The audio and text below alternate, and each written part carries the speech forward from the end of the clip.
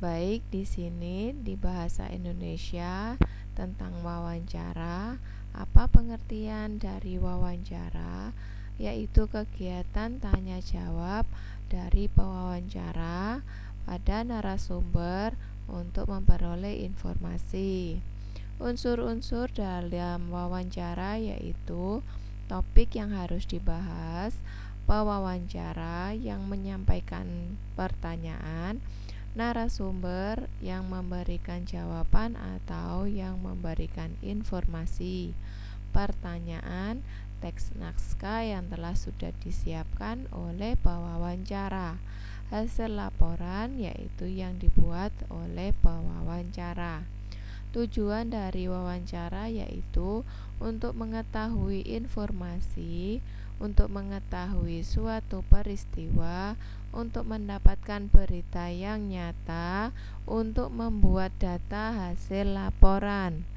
Pelaku wawancara yaitu pewawancara. Pewawancara adalah orang yang memberikan pertanyaan atau yang mencari informasi.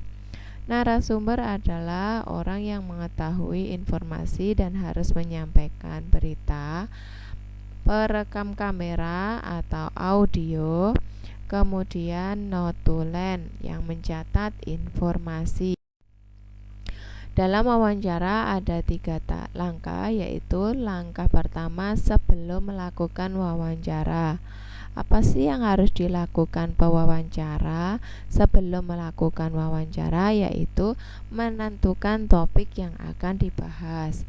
Yang kedua, menentukan narasumber yang akan dimintai informasi.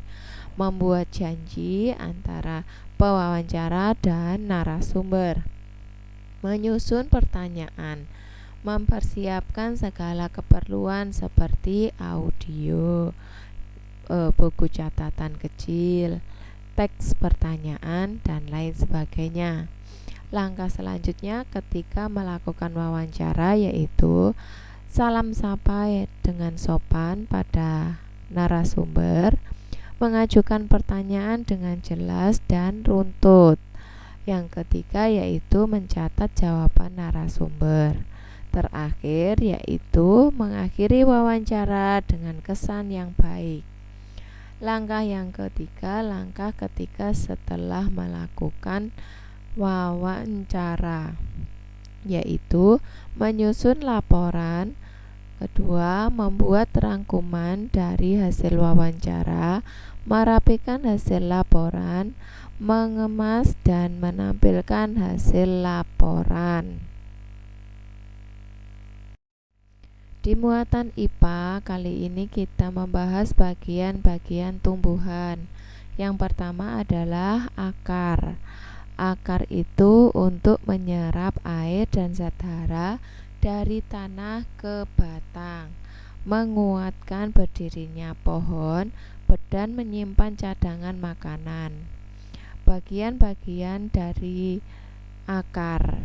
Akar itu ada 2 jenis, yaitu tunjang dan serabut. Di akar serabut contohnya tumbuhan yang berkeping satu. Apa itu yang berkeping satu? Seperti padi, jagung, tebu, dan lain sebagainya. Yang berakar tunggang yaitu tumbuhan yang berkeping 2. Contohnya kacang, mangga, jambu. Tumbuhan berkeping 2 disebut juga dikotil. Yang kedua adalah batang. Batang adalah sebagai penegak tumbuhan, menyalurkan air dan zat hara dari akar ke daun, tempat menyimpan cadangan makanan, dan tempat tumbuhnya daun. Batang dibagi menjadi 2, batang basah dan batang berkayu. Batang basah contohnya bayam, kangkung, seledri, dan lain-lain. Batang berkayu contohnya mangga, jambu, jeruk, dan lain-lain. Selanjutnya yaitu tentang daun. Daun itu tempat terjadinya fotosintesis karena di sana terdapat zat hijau daun, tempat penguapan air, dan tempat pernapasannya tumbuhan. Di situ ada bagian yaitu namanya stomata untuk bernafasnya tumbuhan. Di sini batang daun dibagi menjadi 4 bentuk, yaitu melengkung seperti ini, melengkung, menjari seperti ini, seperti jari manusia ya, sejajar, ini ruasnya lurus, hanya seperti ini saja, lurus-lurus, tidak ada tekuan di tengahnya. Menyirip seperti ini, ada batang daun yang melengkung di tengah-tengahnya yang memotong, itu namanya menyirip. Contohnya yang batang daun melengkung yaitu daun sirih atau daun bunga sepatu. Untuk batang daun yang menjari yaitu contohnya daun pepaya, daun singkong, dan lain-lain. Untuk batang daun yang sejajar contohnya daun padi, tebu, palem, kelapa, dan lain-lain. Contoh batang daun menyirip: mangga, jeruk, kemudian jambu, dan lain-lain. Di sini ada bagian bunga, buah, dan biji. Bunga itu seperti ini. Buah nanti ketika sudah berbuah setelah bunga ya. Kemudian di dalam buah terdapat biji. Bunga tempat perkembangbiakan tumbuhan karena ada benang sari dan putik di sini. Ini benang sari dan putik. Di sini tempat mahkotanya. Kemudian buah dan biji hasil perkembangbiakan tumbuhan. Biji bagian tumbuhan yang dilindungi di dalam buah sebagai media perkembangbiakan tumbuhan selanjutnya. Jika kita mau mengembangbiakan, maka bijinya bisa ditanam kembali. Oke, selanjutnya yaitu IPS. IPS yaitu membahas tentang kenampakan alam dan manfaatnya.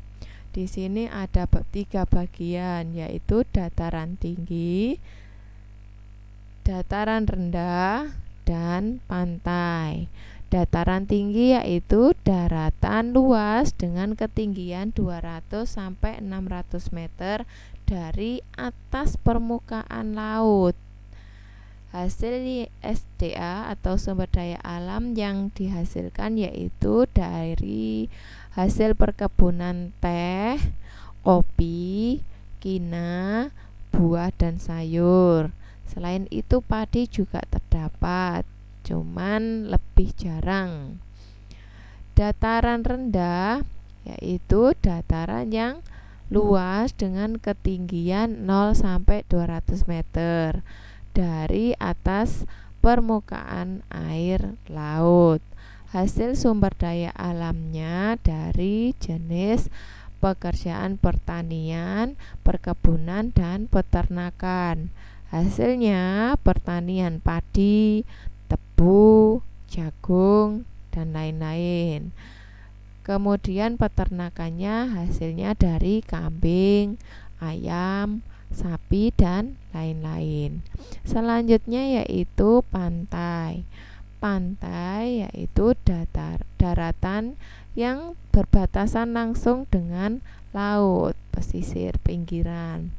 Hasil sumber daya alamnya kelapa sawit, ikan laut, udang, garam, dan lain-lain.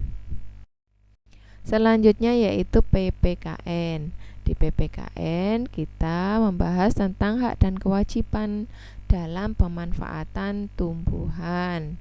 Contohnya apa kewajiban kita?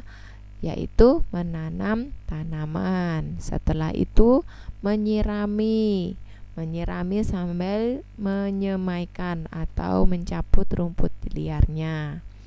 Selanjutnya yaitu memupuk tanaman sambil dilihat hasilnya dari tanaman tersebut sudah berbunga atau sudah berbuah. Hak yang kita dapat dari setelah kita melakukan beberapa kewajiban yaitu mendapat udara segar dari tanaman yang kita tanam, menikmati hasil buah dari yang kita tanam, dapat menikmati sayuran dan manfaat lain dari yang kita tanam. Selanjutnya adalah SPDP, yaitu kolase. Apa itu kolase? Kolase adalah karya seni yang dibuat dengan cara menempel suatu bahan pada media, kertas biasanya ya, atau dinding dalam satu komposisi yang serasi sehingga menciptakan karya baru. Ingat, hanya satu komposisi saja, tidak bisa dipadukan. Yang diperhatikan dalam pemilihan bahan yaitu tema kolase, potongan bahan sesuai kebutuhan, tempat pada medianya yang ditentukan. Dan ini contohnya kolase yang sudah jadi dari potongan kertas lipat, satu media atau satu komposisi saja. Demikian isi materi tema 3 subtema 1. Terima kasih. Alhamdulillah.